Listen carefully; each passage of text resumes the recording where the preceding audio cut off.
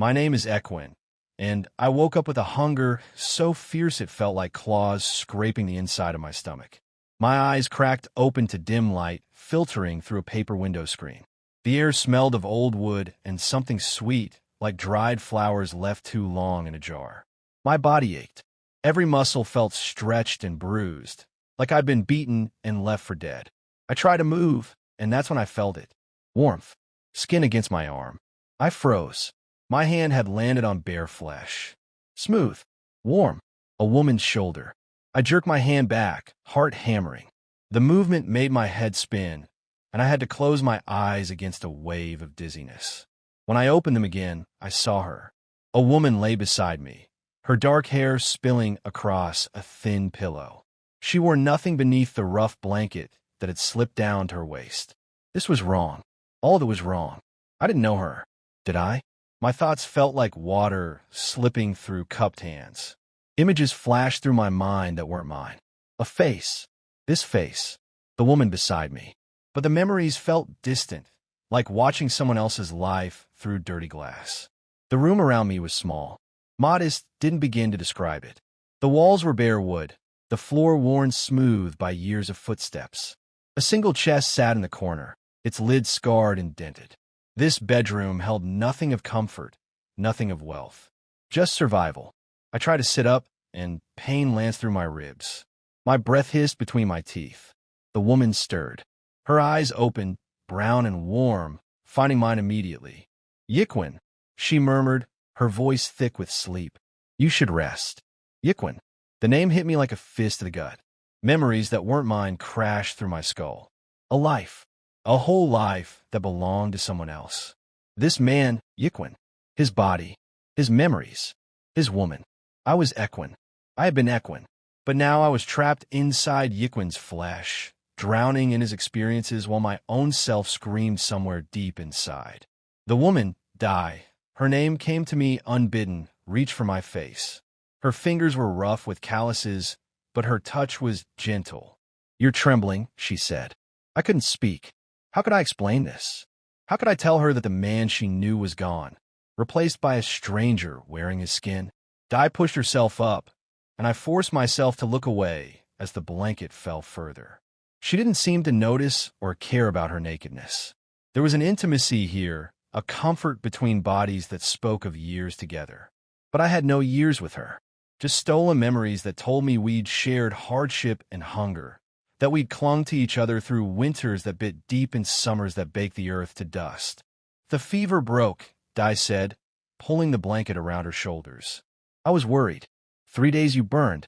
Yiquin. 3 days I couldn't wake you. 3 days. During those 3 days, Equin had died and woken in Yiquin's body. Or maybe Yiquin had died and Equin's soul had found this empty vessel. I didn't understand any of it. I started, then stopped. My voice sounded strange, deeper than I remembered. "I feel confused." Dai's expression softened with concern. She leaned closer, and I caught the scent of her. Sweat and smoke and something floral that might have been soap. "The fever can do that. Make your thoughts fuzzy. It'll clear." She had no idea how wrong she was. Dai rose from the bed, wrapping the blanket around herself like a cloak. The morning light caught the curves of her form beneath the thin fabric. She moved to the chest and pulled out clothing. Simple things. A worn robe that had been mended in several places. "I'll make something to eat," she said, glancing back at me. "You must be starving." She was right about that, at least. The hunger felt like it would consume me from the inside out. As she dressed, I tried to sort through the jumbled memories. Yiquin's life spread before me like a map drawn in fading ink. This woman, Dai. They had been together for years. Not married, not formally, but bound by necessity and something deeper. Love? The memories suggested it, showed me moments of tenderness and passion. But I felt none of it, just confusion and a growing sense of panic.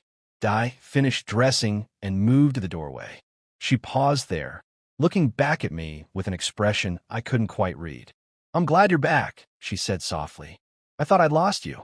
The words hit harder than they should have, because she had lost him. Yiquin was gone, and I was a poor replacement, a stranger fumbling through his life. After she left, I forced myself to sit up fully despite the pain. I needed to understand this. Needed to piece together who Yikwin had been and what responsibilities now fell to me. An image flickered through my thoughts. An old man with a weathered face and kind eyes. One of Yikwin's memories. Elder Soman, the village leader, though that title meant little in a place as small and struggling as this one. But Yikwin had respected him, had sought his counsel on matters both practical and personal. The memory felt important somehow, like it was trying to tell me something. I looked down at my hands. They were calloused and scarred, the hands of someone who'd worked hard their entire life. These were my hands, but they were all I had now. The smell of cooking reached me from beyond the bedroom. Something simple. Rice, maybe, and vegetables if we were lucky. My stomach clenched with need. I needed to go to her. Needed to pretend I was the man she thought I was.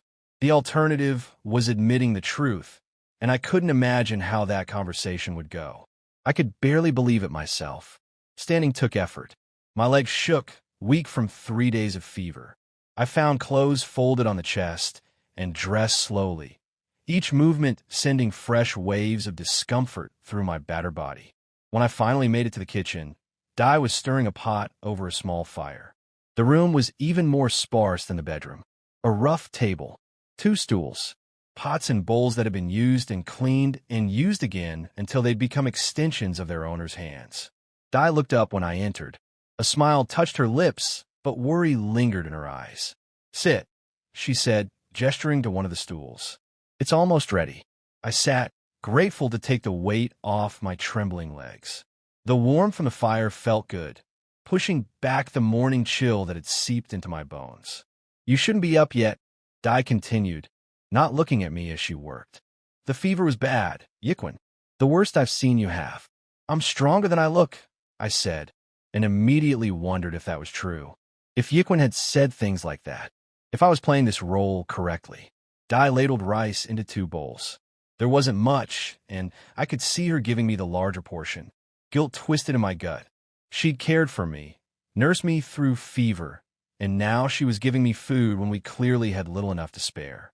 She placed the bowl in front of me and sat on the other stool with her own smaller portion. Her eyes found mine, and in them I saw something that made my chest tight. Hope. She was looking at me with hope. "We need to talk," Dai said quietly. "About us. About what comes next." I picked up the crude wooden spoon, buying time by taking a bite of rice. It was plain, unseasoned, but it tasted better than anything I could remember. "What do you mean?" I asked. Dai set down her own spoon, her hands folded together on the table, fingers interlacing. "We've been living day to day for so long. Surviving. But I want more than that. I want us to build something real. A life together, not just existence." The words hung in the air between us. Yikwin's memories stirred, showing me conversations they'd had before. Dai had wanted marriage, wanted children, wanted all the things that poverty and struggle had pushed out of reach. And Yikwin had wanted to give them to her. He'd loved this woman. The memories made that clear, even if I couldn't feel it myself. "I know things have been hard," I said carefully, trying to find words that wouldn't give away my strangeness. "But they'll get better. Will they?" Dai's voice held a challenge now. "You always say that. But nothing changes, Yikwin. We work ourselves to exhaustion and barely scrape by. I'm not getting younger. If we're going to have a family, if we're going to make a real life." She trailed off, but the implications were clear. I looked at this woman who I didn't know, but whose history I could access like pages in a book. She deserved better than what Yikwin had given her. Better than what I, a stranger in his body, could offer. But what choice did I have? "I promise," I said, and the words felt heavy as stones. "I'll do better. We'll build that life together. Whatever it takes." Dai's expression softened. She reached across the table and took my hand. Her grip was firm, anchoring. "That's all I needed to hear," she whispered. We ate in silence after that, and I tried to ignore the weight of the vow I'd just made. A vow to care for this woman, to build a life with her, to be someone I wasn't. The rice settled in my stomach, easing the worst of the hunger. Strength began to return to my limbs, though I still felt weak as a newborn calf. "I need to go out," I said when we'd finished eating. Get supplies. Die frowned. You're not well enough. We need food. Other things. The knowledge came from Yiquin's memories. They were low on everything. Rice. Oil. Firewood. The list went on. It can wait a day, Di insisted. But I needed air. Needed space to think. Needed to see this village and understand the world I'd woken into. I'll be fine, I said, standing. The room spun briefly, then steadied. Just a short walk. Di looked like she wanted to argue, but something in my expression must have stopped her. She nodded reluctantly. Don't push yourself too hard. I made my way to the door, each step more steady than the last. The cool morning air hit my face when I stepped outside, and I breathed it in deeply. The village sprawled before me, small and poor. Wooden buildings leaned against each other like tired old men. Dirt paths wound between them, rutted by cart wheels and worn by countless feet. People moved about their morning tasks, faces drawn and weary. This was my world now. These were my people. I started walking, letting Yiquin's memories guide me. The market was that way, the well in the center of the village. Elder Soman's house on the eastern edge. I'd barely made it past 3 houses when I heard the voice. Well, look who's finally crawled out of his sickbed. I turned to see a man blocking the path ahead. He was big, muscles thick beneath a stained tunic. His face was broad and mean, lips pulled back in something between a smile and a sneer. Hifu Khan. The name came with a flood of unpleasant memories. The village bully, a man who took what he wanted and crushed anyone who stood in his way. Yiquin had clashed with him before, though never successfully. Hifu, I said, keeping my voice neutral. Heard you were at death's door, Hifu said, moving closer. He towered over me, using his size to intimidate. Shame he didn't walk through it. Would have saved me the trouble. Other villagers were watching now, but none moved to help. They knew better than to get involved with Hifu Khan. I don't want trouble, I said. Don't want trouble? Hifu laughed, the sound harsh and ugly. That's your problem, Yiquin. You never want trouble. You just want to hide behind that woman of yours and pretend you're a man. Anger flared in my chest. Not Yiquin's anger. Mine. This bully thought he could push people around, make them afraid. Well, I wasn't the same man he'd terrorized before. Move aside, I said, my voice harder now. Hifu's eyes narrowed. Make me. I was weak from fever. He was fresh and strong. Any fight would end badly for me, and we both knew it. But I didn't back down. I said move. Something in my tone must have surprised him. Hifu stared at me, and I saw confusion flicker across his brutish features. This wasn't how Yiquin usually responded. This wasn't the cowering man he was used to pushing around. You've got a death wish, Hifu said, but he took a step back. Maybe Ido, he replied. Or maybe I'm just done being afraid of you. The moment stretched between us, tense as a drawn bowstring. Other villagers had stopped their work to watch. I could feel their eyes on us, waiting to see what would happen. Hifu's hand moved to his belt, where a knife hung in a worn sheath. My body tensed, ready to move despite its weakness. Then Hifu smiled, cold and cruel. Another time, Yiquin, when you're feeling better. Then we'll see how brave you really are. He pushed past me, shoulder checking hard enough to make me stumble. But I didn't fall. I kept my feet and my dignity. As Hifu walked away, I heard muttering from the watching villagers. They seemed shocked, surprised that Yiquin had stood up to the bully, even if no real fight had happened. I continued down the path, my heart still pounding. That had been stupid, reckless. But something in me had refused to back down, refused to play the coward. This life might not be mine. This body might not be mine. But I'd be damned if I let myself be pushed around in it. I gripped the hedgehogs by their back legs, careful to avoid their quills as I trudged through the tall grass toward home. The weight of them isn't much, but my chest swells anyway. 2 catches in one afternoon. Not bad for someone who spent most of his life confined to a sickbed, coughing up blood. My muscles ache from crouching behind bushes and moving quietly through the underbrush, but it's a good ache. The kind that reminds me I'm alive, that I'm capable of something more than just existing. The sun hangs low in the sky, painting everything orange and gold. I can smell dinner cooking from neighboring houses, the smoke from their fires mixing with the earthy scent of the forest I just left. My stomach growls, loud enough that I'd be embarrassed if anyone was around to hear it. When was the last time we had real meat? Not the thin broth motherly sometimes manages, but actual meat you can sink your teeth into? I think of old Shun from the village square, the way he always watches the young men with those calculating eyes. He pulled me aside 3 days ago, after I'd helped carry water for the widow phone. Leadership isn't about being the strongest, he'd said, tapping his weathered finger against his temple. It's about knowing when to act and when to listen. You've got the listening part down. Now you need to learn the rest. I didn't understand him then. Maybe I'm starting to now. Providing for Dai and Mother Lee, that's action. That's responsibility. The backyard comes into view, and I spot Dai hanging clothes on the line. She turns at the sound of my footsteps, and her eyes widen when she sees what I'm carrying. Two, she breathes, hurrying over. Equin, you caught two? I can't help the grin that spreads across my face. Wasn't easy. The first one almost got away when I sneezed. She laughs, and the sound lifts something heavy off my chest. Her hands hover near the hedgehogs, not quite touching.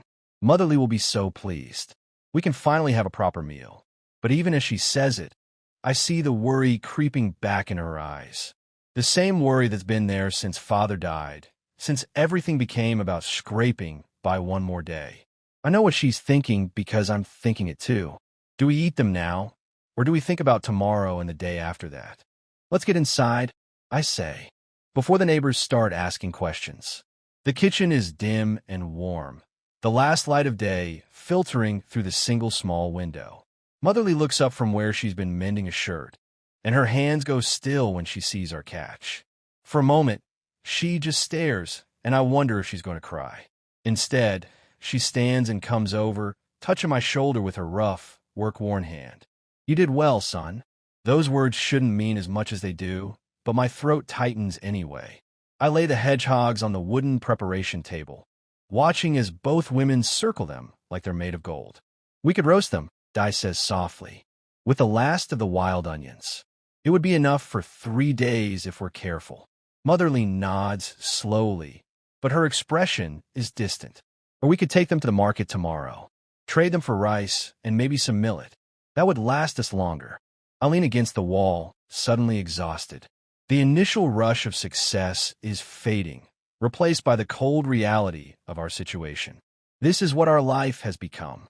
2 small hedgehogs represent not a victory, but a choice between eating today or surviving the week. I think of the other families in the village, the ones who don't have to make these calculations. Chen's words echo again. When to act, when to listen. What do you think, Equin? Dai asks, and they're both looking at me now. The weight of their expectation settles on my shoulders. When did I become the one who decides these things? But I guess that's what happens when you're the only man left in the house, even if I barely feel like one most days. I study the hedgehogs, thinking about the effort it took to catch them, the hours of waiting and stalking.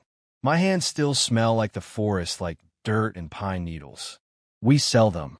I say finally. Rice will fill our bellies longer than meat will. We need to think beyond tonight. Motherly nods approvingly, but Dai's face falls just slightly before she masks it. I know she was hoping for a real meal, something that tastes like more than just survival. My chest tightens with guilt. But next time, I add, catching her gaze, next time I'll bring back something bigger. Something we can both sell and eat. I promise you that. Motherly excuses herself to prepare the hedgehogs for market, leaving Dai and me alone in the dimming kitchen. She moves to the water bucket, dipping a cloth to wring it out, but I can see the tension in her shoulders. Dai. She pauses but doesn't turn around. I meant what I said. This is going to get better. I'm going to make it better. Now she does turn, and there's something vulnerable in her expression that makes my heart ache. You don't have to carry everything alone, you know. We're supposed to be in this together. I push off on the wall and cross to her. I know, and we are. But let me do this. Let me provide for you. You've been taking care of me for so long, when I was sick and useless, and you were never useless, she interrupts, fierce suddenly. Don't say that. I felt useless, I admit. Every day, watching you and Motherly work yourselves to exhaustion while I couldn't even stand without getting dizzy. Now I can do something. Now I can help. Just let me. She's quiet for a long moment, searching my face. Then she reaches out and takes my hand, her fingers small and calloused against mine. Equal burdens, Equine. Whatever we face it as partners. You provide for me, I provide for you. That's how this works. Equal burdens, I repeat, squeezing her hand. I promise. Something shifts in her expression, a wall coming down that I didn't even realize was there. She nods, and though she doesn't smile, the worry in her eyes eases just a fraction. It's enough. For now, it's enough. The next morning, I wake before dawn, my body sore, but my mind clear. Motherly has already left for the market with the hedgehogs, and Di is still sleeping in the small room we've partitioned off for her. I move quietly, gathering my makeshift hunting tools. The knife Father left me, dull but functional. The rope I've been practicing with. A small sack for whatever I might find. The village is just starting to wake as I slip past the houses and head toward the creek. Chun is sitting outside his home, smoking a pipe, and he nods as I pass. Early start, he observes. Best time for hunting. Smart boy, he says, and there's approval in his gravelly voice. Remember what I told you. Sometimes the best leadership is showing others what's possible. You bring back good game, you don't just feed your family. You remind everyone else that there's still hope to be found, if you're willing to work for it. I think about that as I walk, the eastern sky slowly lightening from black to deep blue to pale pink. Leadership. The word feels too big for someone like me, but maybe that's the point. Maybe it's supposed to feel too big at first. Maybe you grow into it, one small action at a time. One hunting trip, one decision about whether to eat or sell. One promise to share the burden equally. The forest welcomes me with the smell of damp earth and growing things. Birds are starting their morning songs, and somewhere in the distance I hear the creek babbling over stones. I move carefully, remembering the lessons I taught myself through trial and error over the past weeks. Watch where you step. Move with the wind, not against it. Be patient. I imagine coming home with something substantial. Not just hedgehogs, but real game. A deer maybe, or even a wild pig if I'm incredibly lucky. I picture the look on Di's face, the way Motherly's shoulders might finally relax. I picture having enough not just for us, but to share with neighbors who are struggling too. That's what Chin meant, isn't it? Leadership isn't just taking care of your own. It's lifting others up with you. The creek comes into view, its water clear and cold as it winds through the trees. I find a good spot behind a fallen log and settle in a wait. The forest floor is soft beneath me, cushioned with old leaves and moss. My breathing slows, matching the rhythm of the woods around me. This is a kind of peace I never knew when I was sick, when every breath was a fight and every day was just about surviving until the next one. Now, there's possibility. There's purpose. Time passes. The sun climbs higher, sending shafts of light through the canopy. I see rabbits, but they're too quick, too far away. A fox passes within 20 feet of me, its red coat glossy in the morning light. But I let it go. The pelt might be worth something, but killing a predator doesn't sit right with me. We're both just trying to eat. Then I hear it, the soft sound of hooves on the forest floor, the gentle disruption of underbrush. I freeze, every muscle in my body going still. Through the trees, moving toward the creek, is a deer. But not just any deer. This one is huge, its coat black as midnight, its antlers spread wide like the branches above us. It moves with a kind of grace that makes my breath catch in my throat. For a moment, I just stare. This is the kind of game that could change everything. The meat would feed us for weeks. The hide could be sold or made into clothing. The antlers alone would bring a good price at market. But it's also far bigger than anything I've ever tried to hunt. If I mess this up, I might not get another chance like this.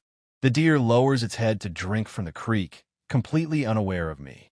My hand moves slowly to the knife at my belt. Too far for a throw, but if I can get closer, I test my weight, shifting forward inch by inch. The deer's ears flick, alert but not alarmed. A bead of sweat runs down my temple despite the cool morning air. Chen's voice in my head again. When to act. This is the moment. This is the choice that matters. I move. The village square smells like dust and dried fish. I stand near the well, watching Hifu-kan move through the crowd like he owns every stone beneath his feet. He does this every few days now, collecting what he calls tribute, what I call theft. An old woman clutches her basket of vegetables tighter as Hifu approaches. His two companions flank him, grinning like wolves. I know their type. They feed on fear. Just a small contribution for protection, Hifu says, his voice carrying across the square. He's not even trying to be subtle anymore. You wouldn't want anything unfortunate to happen to your stall, would you, grandmother? The woman's hands shake as she reaches into her coin purse. The few copper pieces she pulls out represent a day's worth of sales. Maybe more. I think of Chief Yoru's words from yesterday. Leadership isn't about wielding power. It's about knowing when to stand up for those who cannot stand for themselves. The old man had looked at me with those weathered eyes, placing a hand on my shoulder. He'd seen something in me I wasn't sure I possessed. My feet move before my mind catches up. That's enough, Hifu. The square goes quiet. Even the chickens scratching in the dirt seem to pause. Hifu turns slowly, his face splitting into a smile that doesn't reach his eyes. Equin, the new county magistrate. He spits the title like it's sour wine. Come to lecture me about the law. Come to remind you that these people are under my protection. My voice sounds steadier than I feel. Find another way to make your living. Hifu steps closer. He's taller than me, broader across the shoulders. His breath smells like cheap alcohol. Your protection? You've been in that position for what? A handful of days? You think that piece of paper makes you someone important? I don't back down. Chief Yoru's lessons echo in my head. A leader shows strength not through violence, but through unwavering resolve. It makes me responsible for their well-being, and I'm telling you to leave. Now, for a long moment, nobody moves. The tension stretches like a bowstring pulled too tight. Hifu's companions shift their weight, hands moving toward their belts. I keep my eyes locked on Hifu's face, refusing to look away. Then something changes. Maybe it's the way I'm standing. Maybe it's the small crowd that's gathered, watching with held breath. Maybe Hifu sees something in my expression that gives him pause. He laughs, but it sounds forced. This isn't over, magistrate. Not by a long stretch. He gestures to his men, and they back away, moving toward the edge of the square. The old woman bows to me, clutching her coins. Other villagers nod with respect. Chief Yoru stands near the tea house, watching with an expression I can't quite read. Is that approval in his eyes? Or concern for what I've just started? Dai appears at my elbow, so suddenly I almost jump. Her face is pale, her fingers tied on my sleeve. What were you thinking? Her voice is barely above a whisper, but I hear the fear underneath. Hifu-kan isn't someone you challenge in public like that. He was taking from people who have nothing to give. And now he'll remember you. She glances toward where Hifu disappeared down a side street. He'll come back, Equin. Men like that always do. And next time he might not be so willing to walk away with just words. I cover her hand with mine. Her skin feels cool despite the afternoon heat. I had to do something. You understand that, don't you? I understand that I'm terrified. The admission comes out raw. I understand that every night you might not come home. That someone might decide the new magistrate needs to be taught a lesson. That our life together could end before it's barely begun. People are still watching us. So I guide her gently away from the well, toward the edge of the square where we can speak with more privacy. Di, look at me. She does, and I see moisture gathering in her eyes. I promise you, I will be careful. But I also promise I won't let fear dictate what's right. I squeeze her hand. We built something here. You and me. A life, a home. I won't let anyone threaten that. Not Hifu, not anyone. You can't promise that. Her voice breaks slightly. You can't know what will happen. No, but I can promise I'll fight for us. For everyone in this county who deserves to live without being afraid of bullies and thieves. She searches my face for a long moment, then nods slowly. The fear doesn't leave her eyes, but something else joins it. Trust, maybe, or resignation. Then I'll trust you to keep that promise. But please, Equin, be smart about it. Always. Later, back at the house, I try to let the tension drain from my shoulders. The confrontation with Hifu keeps replaying in my mind. Did I handle it right? Should I have done something different? The questions circle like birds over carrion. Dai moves through our home with quiet efficiency. I watch her from where I sit, noting the graceful way she navigates the small space. She's changed since we married, more confident in some ways, though still carrying that underlying worry. She appears with a clay cup, water beating on its surface. You look exhausted. I take the cup gratefully. The water is cool, probably drawn fresh from the well before she came home. Thank you. She settles beside me, close enough that I feel her warmth. I'm sorry I questioned you earlier. In front of everyone. You have every right to be concerned. Still, she picks at a thread on her sleeve. You're trying to do good. I shouldn't undermine that. I set the cup down and turn to face her fully. Dai, your concerns aren't undermining anything. They're keeping me grounded, reminding me what I'm fighting for. I reach out to tuck a strand of hair behind her ear. You keep me human. A flush creeps up her neck. She always does this when I compliment her, this shy retreating that somehow make her more endearing. I just brought you water. You do more than that. You know you do. She stands abruptly, moving toward the small window. The late afternoon light catches in her hair, turning it bronze. I should start preparing dinner. I follow her, unable to help myself. The confrontation with Hifu left me feeling raw, exposed. Being here with Dai, in our private space, feels like coming back to solid ground. Dinner can wait a few more minutes. She turns, and there's something vulnerable in her expression. Can it? I close the distance between us. Our bedroom is just beyond the thin partition, the sleeping mat we share visible through the gap. Everything feels more intimate in this space, more real than the public faces we wear in the village square. You're beautiful when you're worried about me, I say softly. Equin, my name is half protest, half something else. She won't meet my eyes. I'm not. I should wash my face. Fix my hair. Why? You're perfect as you are. Now her face is truly burning. She presses her palms to her cheeks. You shouldn't say things like that. Why not? It's true. She peeks at me through her fingers.